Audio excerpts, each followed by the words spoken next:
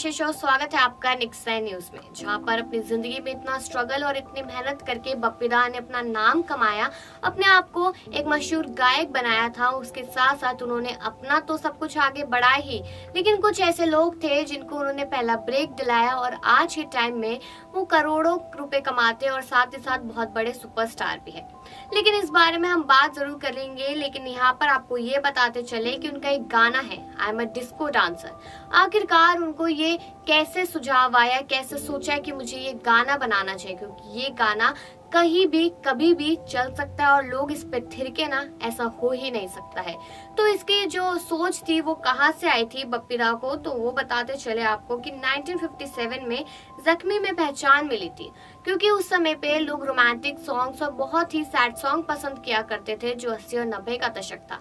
लेकिन कहीं ना कहीं जब बप्पी दा सामने निकल कर आए तो उन्होंने पॉप सॉन्ग यानी कि पॉप म्यूजिक लेकर आए, और जब लोगों ने वो गाना सुनना शुरू किया तो उन लोगों के पैर अपने आप थिरकने लगे। आज कोई भी शादी हो, कोई भी रिसेप्शन हो या कोई भी फंक्शन हो और उसमें बप्पी दा का ये गाना ना चले, ऐसा हो ही नहीं सकता है। तो इस गाने की पूरी कहानी क्या थी, क्या ये गाना था और किसके लिए ये फरमाया गया था और क्या था, और इसके बाद मिथुन दा, जी हाँ मिथुन दा की यहाँ बात कर ले, मिथुन दा को जो पहचान मिली थी वो बप्पी दा की वजह से कैसे मिली थी, वो आप इस रिपोर्ट में आखिरी तक जरूर जाने। बता दें कि हिंदी फिल्म जगत के दिग्गज सिंगर बप्पी लहरी का मुंबई के सिटी अस्पताल में 59 साल की उम्र में निधन हो गया। उनके निधन की खबर ने पूरा देश शोक में है। फैंस और बॉलीवुड जगत के लोग उन्हें सोशल मीडिया के जरिए श्रद्धांजलि अर्पित कर रहे हैं। बप्पी दा का म्यूजिक सफर काफी दिलचस्प रहा। उन्होंने कई बड़े कलाकारों के लिए अपनी खूबसूरत आवाज़ दी, अलग अलग भाषाओं में गाने गाए। लेकिन अगर हिंदी फिल्म इंडस्ट्री की बप्पी लहरी के ने किसी स्टार के लिए सबसे अधिक गाने गाए हैं तो वो है मिथुन चक्रवर्ती। एक अभिनेता न सिर्फ कोरियोग्राफर की धुन पर डांस करता है, बल्कि म्यूजिक का उसमें एक बहुत बड़ा योगदान होता है। मिथुन दा डिस्को डांसर के नाम से हिंदी फिल्म इंडस्ट्री में मशहूर तो हुए, लेकिन उन्हें डिस्को डांसर के रूप में जिन्होंने अपनी आवाज़ दी वह दिग्गज सिंगर बप्पी लहरी ही है। बप्पी लहरी और मिथुन चक्रवर्ती की साझेदारी करीबन 30 से अधिक गाने गाए और म्यूजिक दिया। इन दोनों के अधिकतर गाने हिट हुए। बप्पी लहरी ने मिथुन चक्रवर्ती के लिए सबसे पहले फिल्म सुरक्षा आवाज़ दी थी। ये फिल्म 1979 में रिलीज़ हुई थी, जिसमें बप्पी लहरी ने 3 गाने गाए थे।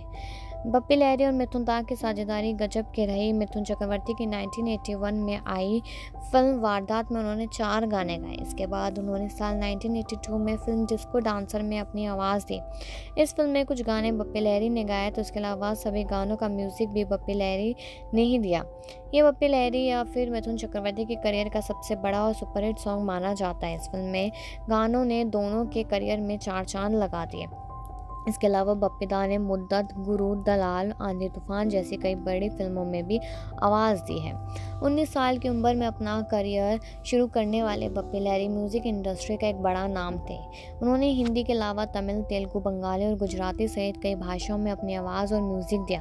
बप्पी दा ने अपने म्यूज़िक करियर की शुरुआत नन्ना शिकारी से की थी। ये फिल्म 1973 में रिलीज़ हुई थी। फिल्म में देव मुखर्जी और तनुजा के मुख्य किरदार निभाए थे। इसके अलावा उन्होंने हिम्मतवाला, चलते चलते, आज का अर्जुन जैसी कई फिल्मों में आवाज़ दी है। और वही मिथुन दा के साथ साथ किशोर दा की बात की जाए, लता मंगेशकर की बात की जाए, तो उसमें भी आपको बता दें कि हर किसी के साथ उनका रिश्ता काफ़ी अच्छा था। और वही ये भी बता दें कि भारत में डिस्को म्यूज़िक की बीट से लोगों को मिलवाने वाले मशहूर सिंगर व म्यूज़िक डायरेक्टर बप्पी लहरी का मुंबई के अस्पताल में निधन हो गया था, जिसके बाद से म्यूज़िक लवर्स और इंडस्ट्री सदमे में है। बप्पी लहरी को लोग उनके म्यूज़िक और आवाज़ के लिए पसंद करते हैं, लेकिन क्या आप जानते हैं कि वे महान सिंगर किशोर कुमार के काफ़ी खास थे। दोनों में एक करीबी रिश्ता भी था। जी हाँ, संगीतकार बप्पी लहरी रिश्ते में किशोर कुमार के भांजे थे। दोनों के बीच काफ़ी प्यार था और इस खून के रिश्ते से ज़्यादा दोनों के बीच गुरु शिष्य वाला रिश्ता था। गुरु शिष्य तो कभी दोस्त यार और कभी मामा भांजा वाली इस जोड़ी ने बॉलीवुड को कई यादगार गाने दिए हैं। बप्पी को बॉलीवुड में एंट्री देने वाले भी कोई और नहीं बल्कि किशोर कुमार ही थे। बप्पी लहरी ने एक इंटरव्यू में कहा था, 20 साल की उम्र में मैंने काम किया था एक फिल्म में, बढ़ती का नाम दाढ़ी, कॉमेडी फिल्म थी। मैं प्रोड्यूसर डायरेक्टर किशोर कुमार का भांजा था। उस फिल्म में मैंने छोटा सा रोल किया था तो किशोर कुमार ने बोला कि मुझे लगता है कि तुम पिक्चर में काम कर सकते हो। तब मैंने कहा कि हिंदी ठीक नहीं बोल पाता, मैं कहाँ से काम करूँगा। इसके बाद बप्पी ने एक्टिंग नहीं की लेकिन बॉलीवुड को यादगार गाने देने में जान लगा दी। एक दौर ऐसा भी था जब बॉलीवुड में डिस्को डांसर के बाद सिर्फ और सिर्फ बप्पी लहरी का सिक्का जमा हुआ था, लेकिन इस सफलता से जलने वाले किसी शख्स ने बॉलीवुड में बप्पी लहरी का बायकॉट शुरू कर दिया। इसके बाद उनके कंपोज किए गाने सबके सपने आने बंद कर दिए। इस बुरे दौर में सिर्फ और सिर्फ किशोर कुमार ने उनके गाने गाए। बप्पी लहरी का आज यानी बुधवार 16 जनवरी 2022 को मुंबई के एक अस्पताल में निधन हो गया। वे 69 ईयर्स के थे। बप्पी लहरी को 1970-80 के दशक की शुरुआत की गई फिल्मों जैसे चलते चलते, डिस्को डांसर और शराबी में लोकप्रिय गाने देने के लिए जाना जाता है। उनका आखिरी बॉलीवुड गाना पंकज 2020 के फिल्म बागी 3 में था। जी हाँ, आगे की बात भी आपको बताते चलते हैं कि बॉलीवुड को डिस्को म्यूजिक देने वाले फेमस सिंगर व म्यूजिक डायरेक्टर बप्पी लहरी का मुंबई के अस्पताल में निधन हो गया। जानकारी के मुताबिक बप्पी लहरी कल रात अस्पताल पर थे और अस्वस्थ थे, जिसके बाद उन्हें जुहू के एक अस्पताल में ले जाया गया। जानकारी के अनुसार बप्पी लहरी कल रात घर पर थे और अस्वस्थ थे, जिसके बाद उन्हें जुहू के एक अस्पताल में ले जाया गया और उनका निधन हो गया।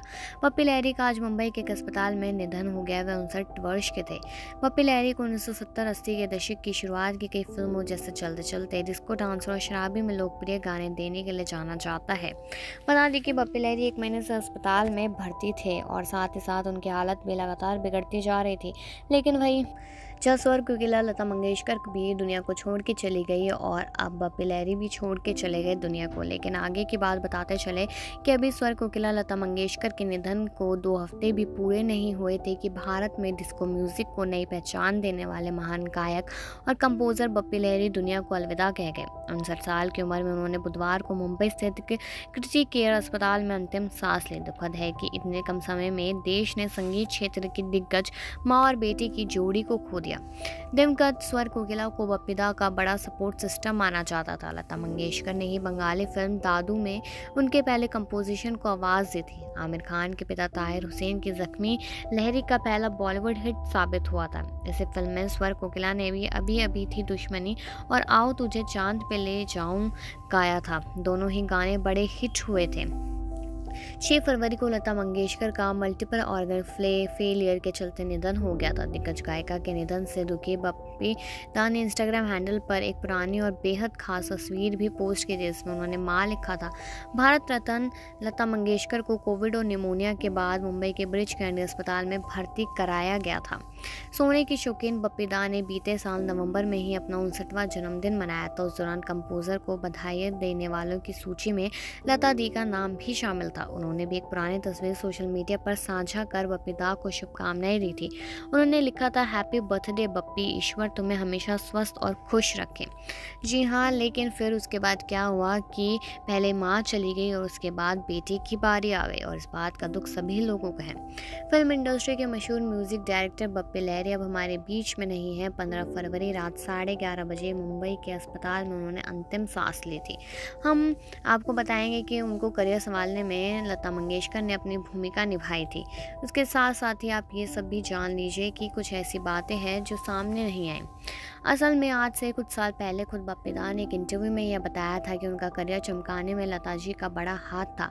बता दें कि इसी महीने 6 फरवरी को स्वर कोकिला लता मंगेशकर भी दुनिया छोड़कर चली गई थी। बप्पी दा ने इस इंटरव्यू में बताया था, जब मैं महज 4 साल का था तब लता जी हमारे कोलकाता में इंडियन गार्डन स्थित घर आई थी। उन्होंने मुझे आशीर्वाद दिया था। उनकी गोद में बैठे हुए की तस्वीर आज भी मेरे पास है।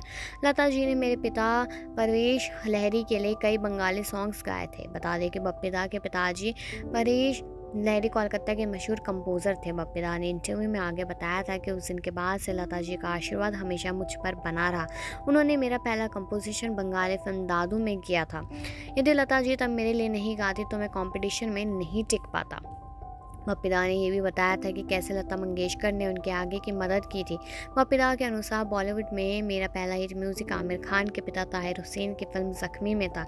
इस फिल्म में लता जी के गाए सॉन्ग अभी अभी थी दुश्मनी और आओ तुझे चांद पे ले जाऊं काफ़ी हिट हुए थे। बहरहाल आपको बता दें कि बप्पी लहरी का अंतिम संस्कार गुरुवार 17 फरवरी को किया जाएगा। और इसके साथ साथ आप ये भी जान लीजिए कि बप्पी लहरी एक बहुत ही बड़े कंपोज़र और सिंगर थे और उनके गाने लोगों को बहुत ज़्यादा पसंद आते थे और इसके साथ साथ वो पॉप स्टार कहलाने लगे थे, क्योंकि एक ज़माना था जब सिर्फ सॉफ्ट सॉन्ग चला करते थे, लेकिन बप्पी लहरी ही पॉप सॉन्ग लेकर आए और वो सॉन्ग ऐसे है कि वो आने वाले ज़माने में भी हमेशा हर एक फंक्शन में सुनाई ज़रूर देंगे। और इसके साथ साथ ही उनको याद भी किया जाएगा, क्योंकि वो शख्स ही ऐसे थे और लता जी के साथ उनका नाम जुड़ चुका है। तो साफ सीधी बात है, जब भी लता जी का नाम आएगा तो बप्पी लहरी का आएगा और बप्पी लहरी का नाम आएगा तो उसके साथ साथ लता जी का नाम ज़रूर आएगा। लेकिन वही बता दें कि ये तो आपने सुना ही कि मिथुन दा को पहला ब्रेक सिर्फ और सिर्फ बप्पी दा की वजह से ही मिला था और उसके बाद उनकी एक के बाद एक फिल्में आई और फिल्में सुपर डुपर हिट होती चली गई। वही गोलमाल 3 जब आई थी तो उसमें भी उनका वही फिल्माया गाना सुनाया गया था, वही गाना था कि याद आ रही है, I am a disco dancer भी चला था। आने वाली सदियों तक जैसे लता मंगेशकर जी के गाने याद रहेंगे जो बहुत ही सैड हुआ करते थे या फिर बहुत ही सॉफ्ट सॉन्ग हुआ करते थे, वही बप्पी लहरी के पॉप म्यूजिक हमेशा ही याद रहेंगे। लेकिन ये अनसुना किस्सा आपको कैसा लगा है कमेंट सेक्शन में जरूर बताइएगा और बाकी खबरों के लिए देखते रहिए नेक्स्ट टाइम।